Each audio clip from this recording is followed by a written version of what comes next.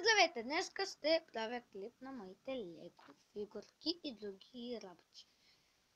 Зейн, 5 сезон, Призрак, Скримър, Скримър, Скримър, Скримър, Скримър, Панша, Златната нинджа,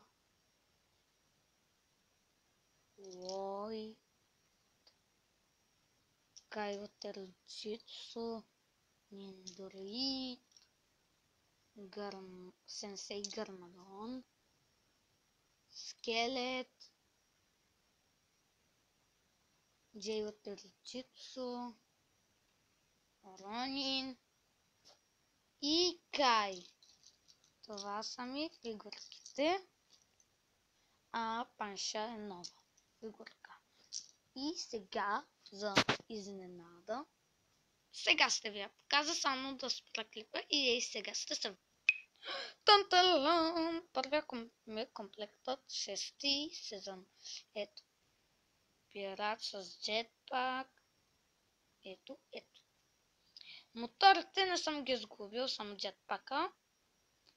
И ето ги фигурките. И сега се връщам само да махна кутията и да покажа всичко, което има. Ето всичко, което съм отсгубил.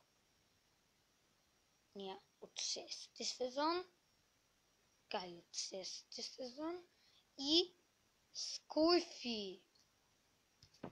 Да, ето го джетпака на Скуйфи и мечът на Надакан. Сега да покажа оръжията, ще спра клипа и ще се върна с оръжия. Ето ги оръжията. Ето такова, то се слага на гърба на Ния. Мечът на Кан. 10-ти сезон. Оръжието на Панша. Мечове. Много мечове.